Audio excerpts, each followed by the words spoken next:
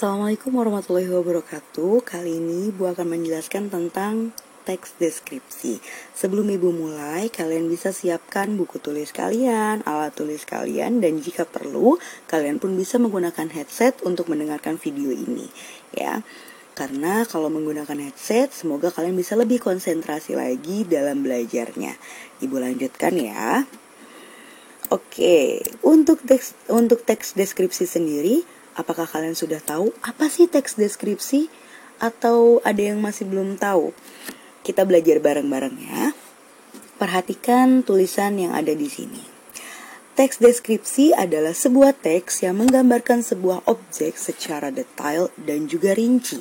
Ya, ingat, teks deskripsi itu menggambarkan sebuah objek secara detail dan juga rinci. Ya, ingat, detail dan rinci, menggambarkan sebuah objek secara detail dan juga rinci. Contohnya seperti ini. Ibu ingin mendeskripsikan orang tua ibu. Contohnya, ibu ingin mendeskripsikan ayah ibu. Ayahku adalah ayah yang hebat. Dia berkulit sawo matang, rambutnya berwarna hitam, alisnya hitam lebat, hidungnya cukup mancung, dan ketika dia tersenyum sangat manis. Dia pun memiliki sifat yang sangat baik. Dia tidak pernah memarahiku. Tapi sekalinya aku berbuat salah, aku tidak pernah diajaknya untuk berbicara. Dia hanya mendiamkanku saja. Sampai akhirnya aku pun memberanikan diri untuk menegur dan menanyakan, kenapa? Ada apa? Ayahku sangat baik sekali. Dia memiliki teman yang sangat banyak. Selain itu, ayahku sangat humoris. Di dekatnya, aku selalu bercanda. Banyak sekali kenangan manis bersama dengan ayahku. Ya, itu dia adalah teks deskripsi. Salah satu teks deskripsi yang menggambarkan sosok seorang ayah, ya, sosok seorang ayah. Jadi intinya untuk teks deskripsi sendiri itu adalah bagaimana kamu mendeskripsikan sesuatu hal atau mendeskripsikan sebuah objek di mana kamu belum pernah bertemu dengan objek itu, kamu belum mengetahui objek itu, tapi dengan dideskripsikan atau dengan diceritakan kamu bisa tergambar. Oh, ternyata ayahnya Bu Silvi itu seperti ini. Kurang lebih seperti itu ya. Dan di sini lihat ada objek. Objek dari sebuah teks deskripsi bisa berupa benda, tempat wisata, seseorang atau tokoh penting, dan suasana dalam sebuah pementasan atau pertunjukan hiburan seperti konser, pementasan teater, dan lain-lain. Sekarang gini, tadi kan Ibu sudah mencontohkan untuk membuat teks deskripsi, ya. Teks deskripsi dari seseorang berarti ya, yaitu adalah ayah ibu.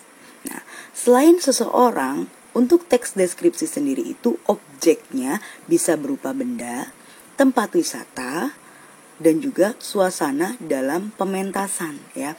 Kamu nonton konsernya siapalah itu ya, misalnya konsernya Peter Pan atau konsernya siapa biasanya kalian tonton ya. Ibu kasih contoh aja konsernya Peter Pan. Konsernya Peter Pan kalian tonton. Ketika kalian menonton konsernya Peter Pan, terus orang tua kamu nanya, "Nak, kamu tadi habis dari mana?"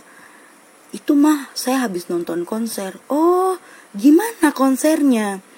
"Oh, bagus. Di sana tuh Peter Pan-nya nyanyinya 5 lagu.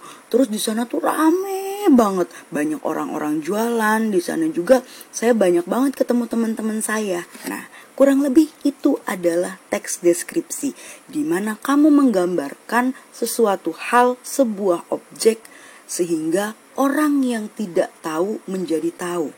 Ya, kurang lebih seperti itu. Sekarang kita lihat di sini. Pengertian teks deskripsi tadi sudah ya. Sekarang kita ke ciri teks deskripsi. Untuk ciri teks deskripsi sendiri itu ada 3. Ya, ada 3 di sini kalian bisa lihat. Yang pertama ada ciri tujuan, ciri objek, ciri isi. Apa sih ciri tujuan? Apa sih ciri objek? Dan apa sih ciri isi? Kita lihat ke bawah. Ibu akan jelaskan lebih detail lagi. Satu-satu ya. Ini adalah ciri tujuan ya. Lihat di sini. Ciri tujuan dalam teks deskripsi berisi tentang maksud dari penulis ataupun maksud dari isi teks. Tadi ibu udah menjelaskan atau membuat deskripsi tentang ayah ibu. Tujuannya untuk apa? Tujuannya adalah untuk menggambarkan sosok seorang ayah tuh seperti apa. Ya, tadi ibu udah kasih contoh juga. Membuat teks deskripsi dari sebuah pentas kesenian atau konser. Tujuannya untuk apa? Untuk menggambarkan suasana di sana itu seperti apa, ya. Kalian bisa lihat di sini. Nah, ini adalah teks dari LKS, kalau misalnya kalian bisa lihat di LKS, kalau nggak salah halaman 3. Nih, Malioboro merupakan ikon utama wisata Yogyakarta. Malioboro adalah sebuah jalan di pusat kota Yogyakarta. Walaupun hanya sebuah jalan, Malioboro mempunyai banyak makna dan daya tarik yang membuat sepanjang pinggir jalan Malioboro menjadi destinasi wisata pilihan para turis lokal maupun mancanegara. Malioboro merupakan jalan utama menuju berbagai destinasi wisata di Yogyakarta, yaitu adalah Keraton Yogyakarta, Titik Nol, Pasar Beringharjo. Jalan Malioboro cukup besar. Ia dapat dilewati oleh 2 mobil dan beberapa motor secara bersamaan. Pada pinggir jalan Malioboro terdapat berbagai pertokoan tua, mal, hotel, dan beberapa kantor kedinasan. Malioboro menjual suasana lama kota Yogyakarta.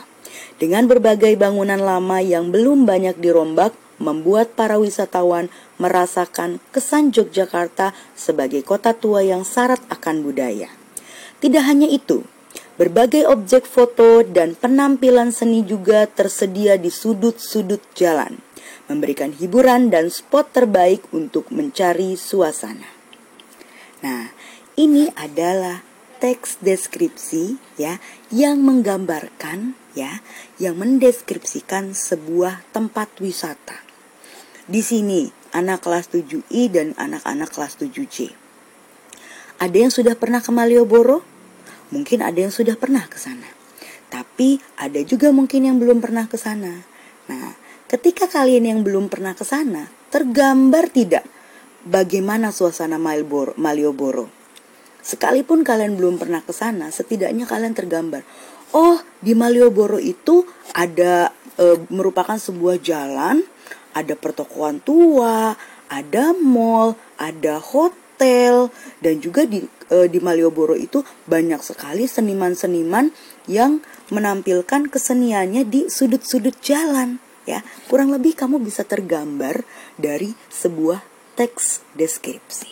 Ya. Tujuannya apa sih ini orang bikin teks deskripsi tentang Malioboro? Tujuannya untuk apa? Nih, ibu pilihannya ada 3. Yang pertama, menggambarkan suasana kota Yogyakarta. Yang kedua, menggambarkan suasana jalan Malioboro. Yang ketiga, menceritakan suasana Gua Sunyaragi. Kira-kira pilihan kalian yang mana nih untuk ciri tujuan dari teks yang ini? Yang 1, 2, atau 3? Jelas dong, jawabannya adalah yang kedua. Coba kita lihat yang ke-1 ya. Menggambarkan suasana kota Yogyakarta.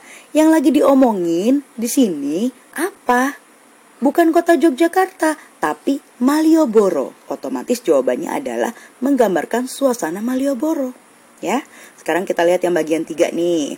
Menceritakan suasana Gua Sunyaragi. Ada nggak di dalam teks ini menyebutkan Gua Sunyaragi? Nggak ada sama sekali. Jadi ngapain kamu jawab bagian yang C atau yang bagian yang ketiga? Menceritakan suasana Gua Sunyaragi. Jelas bukan Gua Sunyaragi, tapi Malioboro. Semoga kalian paham ya untuk ciri tujuan. Oh ya, ciri-ciri dari ciri tujuan, khasnya dari ciri tujuan itu selalu diawali dengan kata menggambarkan, menceritakan ya. Menggambarkan atau menceritakan boleh ya. Misalnya ibu bikin teks deskripsi tentang ayah tadi. Berarti menceritakan sosok seorang ayah. Jawaban untuk ciri tujuannya. Kurang lebih gitu ya. Kita lanjutkan. Nah, ini dia. Tuh jawaban tepatnya ya. Menggambarkan suasana Jalan Malioboro. Nah, perhatikan ini penting nih ya kesimpulannya ya.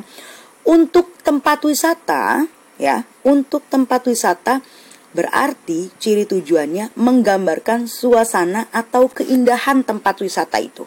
Oke? Kalau untuk tempat wisata, ciri tujuannya adalah menggambarkan suasana atau keindahan dari tempat wisata itu. Ya.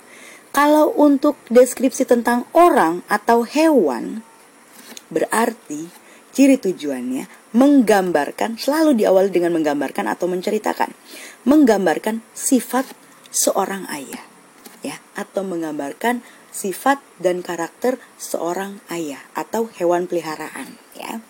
Selanjutnya, pentas seni. Nah, kalau pentas seni, jawabannya pasti menggambarkan suasana pentas seni itu. Tadi konser apa? Konser Peter Pan. Menggambarkan suasana konser Peter Pan. Kurang lebih seperti itu. Bu lanjutkan lagi ya. Nah, di sini ada ciri objek. Selanjutnya kita akan mempelajari ciri objek, ya. Untuk ciri objek, lihat di sini lagi. Ciri objek adalah hal yang sedang dibicarakan dalam teks deskripsi. Yep. Nah, ini pilihannya ada 3. Kota Yogyakarta, Malioboro, Pasar Beringharjo. Caranya gampang. Objek itu kan berarti sesuatu hal, ya. Berapa kali di sini disebutkan Yogyakarta, berapa kali di sini disebutkan Malioboro, berapa kali di teks ini disebutkan Beringharjo. Kalau lebih banyak Yogyakarta, berarti ciri objeknya adalah Kota Yogyakarta. Kalau lebih banyak disebutkan Jalan Malioboro, berarti jawabannya adalah Jalan Malioboro. Ya.